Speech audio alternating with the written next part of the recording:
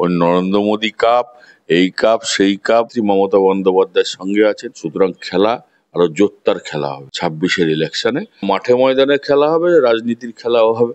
নমস্কার অরিন্দম বাবু, দুর্জয় বাংলা চ্যানেলে আপনাকে স্বাগত জানাই প্রথমেই যে প্রশ্নটা আপনার কাছে রাখবো, খেলা হবে, তৃণমূল কংগ্রেস স্লোগান দিচ্ছিল, ছেলে মেয়েদের খেলাধুলার জন্য একটা মাঠের দাবি দত্তপুকুর বাসিন্দাদের দীর্ঘদিন ধরে।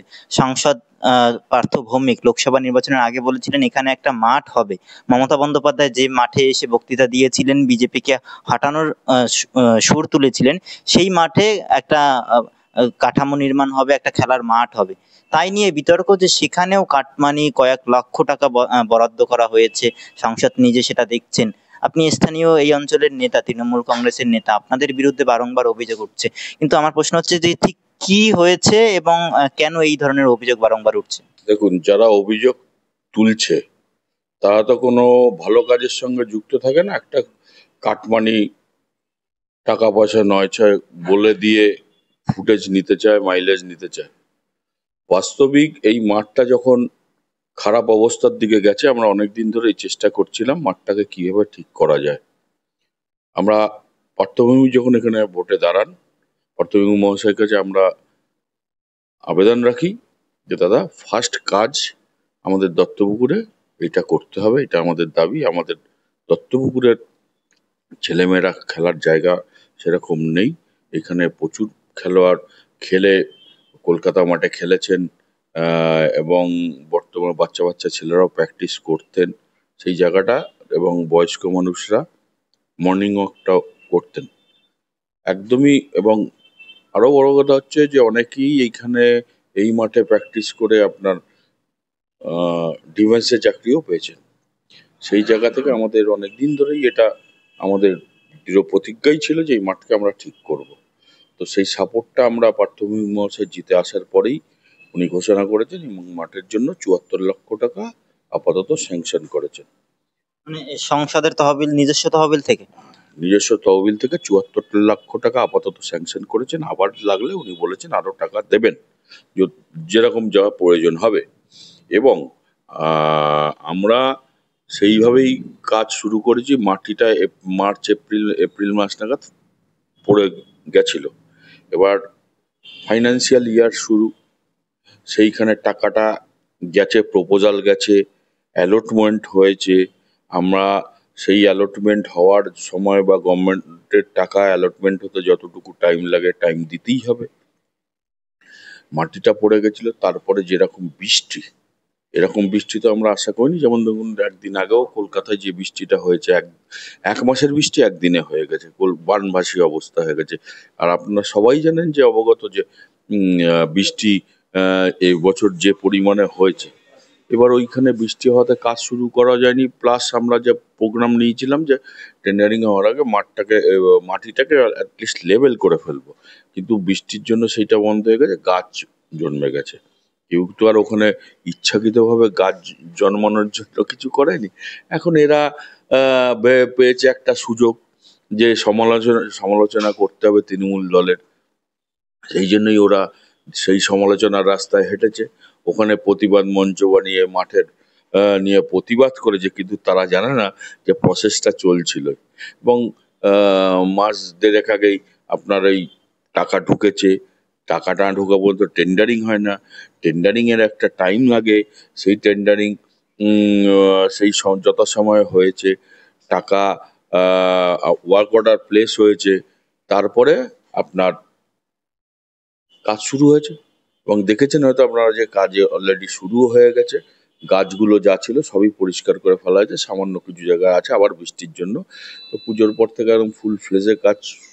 আমি আপনার কাছ থেকে আরেকটা জিনিস জানতে চাইবো, যে এখানে বলছেন যে এখানকার ছেলেমেয়েরা যাতে খেলতে পারে সেই জন্য একটা মাঠ দীর্ঘদিন আপনাদের দাবি ছিল, কিন্তু কোন ধরনের মাঠ হবে? এই যে ৭৪ লক্ষ টাকা সংসদ তহবিল থেকে বরাদ্দ করা আছে, এটা তো সাধারণ মানুষের টাকা আর জনগণের ট্যাক্সের টাকা। সেই টাকাটা কিভাবে খরচ হবে এবং কোন ধরনের মাঠ আপনারা এখানে বানাতে চলেছেন? মাঠটা বলখেলা মাঠটা নিবাদী হাই স্কুলের মাঠটা আপনি আগে দেখেছেন কিনা জানি না। আমাদের রাস্তার দিকটা উঁচু, ওই দিকটায় ডাউন, অনেকটা ডাউন। আপনি রাস্তায় দাঁড়ালে মাটিটা এখন বুঝতে পারবেন না। পুরো মাঠটাকেই মাটি রাস্তার সমান হাইটে লেভেল করা হবে, চতুর্দিকে ড্রেনেজ সিস্টেমটা করা হবে এবং যেই সাইডটায় পাঁচিল নেই ওই পাঁচিলটাও দেওয়া হবে এবং যা করণীয়, ওই যে বললাম 74 লক্ষ টাকা। স্টেডিয়ামটা আগে মাঠ ঠিক হবে, ফেন্সিং হবে, মাঠের খেলার জায়গাটাকে ঠিকমতো রাখা হবে, তারপরে স্টেডিয়ামটা পরবর্তী পরিকল্পনায় আছে। পরপর স্টেপ বাই স্টেপ আমরা এগোবো। এই যে যখন এই অঞ্চলে অর্জুন সিং যখন সাংসদ ছিলেন তখন থেকে এই এলাকার অনেকেই বলছিলেন যে এই মাঠটা ঠিকঠাক হলে একটু সংস্কার হলে কাজে দিত। অর্জুন সিং ছিলেন, তারপর পার্থ ভৌমিক হলেন, মাঝে অর্জুন সিং তৃণমূল কংগ্রেসেও এসেছিলেন। কিন্তু এই যে দুইজন সাংসদ সাম্প্রতিক সময়ে আমরা দেখে নিলাম এই ব্যারাকপুর অঞ্চলে, সেই সময় দাঁড়িয়ে আপনি কি বার্তা দেবেন যে এখন কাজ হচ্ছে বা কাজটা শুরু হলো? এর আগে অর্জুন সিং ছিলেন, তখন দাবিটা ছিল। হ্যাঁ, দাবি করেছিলাম আমরা, দাবি করেছিলাম। উনি বলেছিলেন যদি আমি পরবর্তীকালে জিতে আসি আমি তাহলে টাকা দেবো, কিন্তু উনি দলেই থাকেনি, উনি চলে গেছেন বিজেপিতে, উনি পরাজিত হয়েছেন।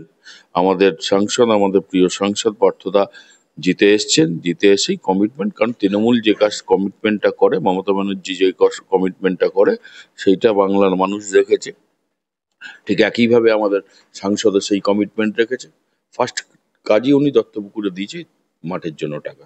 আমাদের দত্তপুর 1-2 কাশিমপুর শুধু না, সংলগ্ন এরিয়া যারা আছে, অনেকগুলো সংলগ্ন তো এরিয়া আছে, কোটরা ফোটরা সব অনেক ছেলেমেয়েরা খেলে, তারা এই মাঠে খেলেছে অনেকেই। ওদিককার ফুটবলাররাও আছে, বারাসাতের ছেলেরা আসছে, সাব ডিভিশন খেলা হতো এবং আমরা যাতে সাব ডিভিশন খেলাটা আবার চালু করা যায় এই মাঠে, মাঠ ঠিক হলেই আমরা আবার সেই প্রক্রিয়াতে এগোবো। দাদা, এই যে 74 লক্ষ টাকা বরাদ্দ হয়েছে, প্রশ্ন তোলা হচ্ছে যে এই 74 লক্ষ টাকার মধ্যে কত লক্ষ টাকার কাজ আদতে হবে আর কত লক্ষ টাকা তৃণমূল কংগ্রেসের নেতাদের পকেটে যাবে, এই প্রশ্ন তোলা হচ্ছে বিরোধীদের তরফ থেকে।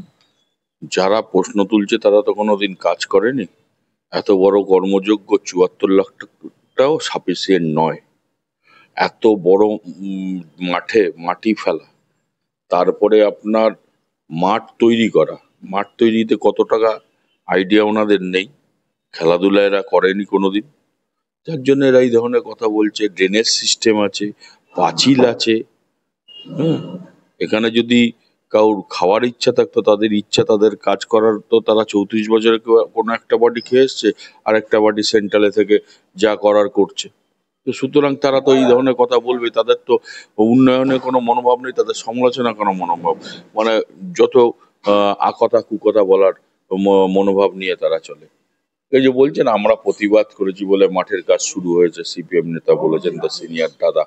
তো আমি তাকে বলতে চাই যে উনি জানেনই না, উনি প্রতিবাদ মঞ্চটা করার আগে উনি যদি বিডিওর কাছে যেতে পারতেন, উনিও এখানকার দত্তপুকুরের নাগরিক, সিনিয়র একজন, উনি যদি বিডিও সাহেবের কাছে যেতে পারতেন, আমাদের প্রধান বা কাশিমপুরের প্রধান বা 2 নম্বরের প্রধান, তাদের সঙ্গে যোগাযোগ করতেন যে আমরা এসছি, মাঠটার কি অবস্থা আমরা জানতে চাই, তাহলে উনি তো পেতেন, উত্তর পেতেন। না পেয়েই আগে না জেনে শুনেই বলে দিল যে আমরা এই মাঠটা নিয়ে নোংরামি হচ্ছে, এই হচ্ছে সেই হচ্ছে। দেখুন, এগুলো কোনো কাজের কথা না, কাজের মানুষের কথা না। যারা কাজ করে তারা এই ধরনের কথা বলতে পারে না বলেই আমি মনে করি। দাদা, আর একটা প্রশ্ন থাকবে আপনার কাছে, যে এর আগে আমরা দেখেছি 2021-এর বিধানসভা নির্বাচনের সময় তৃণমূল কংগ্রেস খেলা হবে স্লোগান দিয়েছিল, 2024-এর লোকসভায়ও সেই খেলা হবে স্লোগান নিয়েই নির্বাচনে মমতা বন্দ্যোপাধ্যায় ঝাঁপিয়েছিলেন। পার্থ ভৌমিক স্বাভাবিকভাবেই সাংসদ হয়ে নির্বাচিত হয়ে এসেছেন, খেলা হবে স্লোগান সব জায়গাতেই উঠেছে। এবার কি রাজনীতির খেলার বাইরে এসে সাংসদ হিসাবে পার্থ ভৌমিক মাঠে ময়দানের খেলায় জোর দিচ্ছেন? দেখুন, মাঠে ময়দানে খেলা তো নৈহাটিতেও সুন্দর স্টেডিয়াম আছে, ব্যারাকপুরেও সুন্দর স্টেডিয়াম আছে, ওনার লোকসভা অন্তর্গত জায়গায়। উনি খেলার প্রিয় মানুষ, উনি শিল্পী মানুষ, একটা সংস্কৃতিবান মানুষ। তো মাঠে ময়দানে খেলা হবে, রাজনীতির খেলাও হবে এবং বাংলার মানুষ আমাদের নেত্রী মমতা বন্দ্যোপাধ্যায়ের সঙ্গে আছেন। সুতরাং খেলা আরো জোরদার খেলা হবে 26-এর ইলেকশনে। যে দুটো খেলা, 21 সালের খেলা, 24 সালের খেলা, বিজেপি বুঝে গেছে, সিপিএম বুঝে গেছে, 26-এ আরো ভালো খেলা হবে। আবার আমরা 31 পর্যন্ত আবার থাকবো। একদমই ভয়ঙ্কর খেলা, ভোটের খেলা, রাজনীতির খেলা, অন্য কোনো খেলা না। তারা ভাবতে পারে খেলা হবে মানে যে তার কথাটার অন্যরকম মিনিং করতে পারে, সেরকমই নয়। আমরা কখনো চাইবো না, আমরা দত্তপুকুরের মানুষ, দত্তপুকুরে কোনো যে বিরোধী দল করুক যাই করুক, আমরা কারোর ক্ষতি চাইবো না। তারা কেউ না কেউ বন্ধু বান্ধব, কেউ দাদা কাকা বলেই আমরা ডাকি তো। সুতরাং কারোর ক্ষতি হোক আমরা চাইব, কিন্তু আমাদেরকে করতে আসলে 19 সালে যে বিজেপি যে তাণ্ডব নৃত্য এখানে করেছে, 21 সালে যে তাণ্ডব নৃত্য করেছে, তার ফল ওরা বুঝতে পেরেছে, মানুষ তাদের ফল উত্তর দিয়েছে কিরকম ভাবে তারা চপেটাঘাত হয়েছে। সুতরাং আমার মনে হয় সিপিএম তো শূন্য, বিভিন্ন রকম মানে নেগেটিভ জিনিসকে নিয়ে তাদের প্রচার, নেগেটিভ জিনিসকে নিয়ে প্রচার। সুতরাং সেই সব নিয়ে মানুষের দেখুন পজিটিভ নেগেটিভ থেকে কাজ করতে গেলে আপনার ভুল হতেই পারে, কিন্তু সেই ভুলটাকে হাইলাইট করার থেকে এই যে মাঠ, এই মাঠ সবার মাঠ। এই মাঠেই কি 26-এর আগে খেলা হবে, মানে এই মাঠের দাঁড়িয়ে কি খেলা হবে 26-এর আগে? একদম খেলা হবে, ফুটবলাররা নামবে, প্র্যাকটিস করবে, মর্নিং ওয়াক হবে, যারা ডিফেন্সে যাবে তারা প্র্যাকটিসে দৌড় করবে, সব কিছু হবে। এখন দৌড়বে, মাঠের সঙ্গে সঙ্গে তৃণমূল, খেলার সঙ্গে সঙ্গে তৃণমূলের খেলাও বাড়তে থাকবে। দাদা আপনার একটা শেষ প্রশ্ন করব, আমরা দেখেছি বিজেপি একটা কর্মসূচি নিয়েছে, পাড়ায় পাড়ায় বিভিন্ন এলাকায় এলাকায় গিয়ে একটা করে ম্যাচ টুর্নামেন্ট তারা আয়োজন করেছে, নরেন্দ্র মোদী কাপ হিসেবে তারা এটা পরিচালনা করছে। সেই মুহূর্তে দাঁড়িয়ে এই মাঠ, ফুটবল খেলার কথা আপনি বললেন, কি বলবেন? দেখুন, ওইভাবে জনসংযোগ করতে গেলে সারা বছরের জনসংযোগ এদের নেই। ওই নরেন্দ্র মোদী কাপ, এই কাপ, সেই কাপ, ওই আমাদের এমএলএ কাপ হয়, এমপি কাপ হয়, এইসব দেখাদেখি করছে, তাতে কিচ্ছু লাভ হবে না। হ্যাঁ, খেলাধুলা করুক, করুক, ভালো জিনিস, সেটা নিয়ে আমরা কখনো বলবো না, কিন্তু তাতে ওইভাবে জনসংযোগ মানুষও বুঝে গেছে, এরা জনসংযোগ করে না। মানে এখানে এরা যেন বিজেপিকে নিয়ে আপনাদের চিন্তিত নয়? না না, বিজেপি কেন, কোনো বিরোধী পার্টিকে নিয়ে আমরা চিন্তিত। নিজেদের দলের মধ্যে যে তৃণমূলের অনেকগুলো ভাগ আছে, গোষ্ঠী আছে, সেটা নিয়ে চিন্তিত তাহলে? কারণ পরিবার বড় হলে পরিবারের মধ্যে দ্বন্দ্ব থাকতে পারে, আবার সেই দ্বন্দ্ব কিন্তু মিটিয়েই আমরা লড়াইতে নামি। 21-এও দেখেছেন, যদি দ্বন্দ্ব থাকতো, দ্বন্দ্বের প্রভাব যদি রেজাল্টে পড়তো, তাহলে তো রেজাল্ট অন্যরকম হতো। সেই রেজাল্টের সেই দ্বন্দ্বের এখনো দত্তপুকুরে কি যে দত্তপুকুরে মাঝে মধ্যেই বলা হয় তৃণমূলের গোষ্ঠীদ্বন্দ্ব মাঝে মধ্যে শিরোনামে আসে, এবং কি এই মাঠ, যে মাঠ নিয়ে আপনার সঙ্গে আমি কথা বলছি, সেই মাঠ নিয়েও বিতর্ক হয়েছিল এর আগেও। সেখানে যে রাসমেলা হয় সম্ভবত, সেই রাসমেলা নিয়েও বিতর্ক হয়েছিল, তৃণমূলের এক গোষ্ঠী বনাম তৃণমূলের দ্বিতীয় গোষ্ঠী।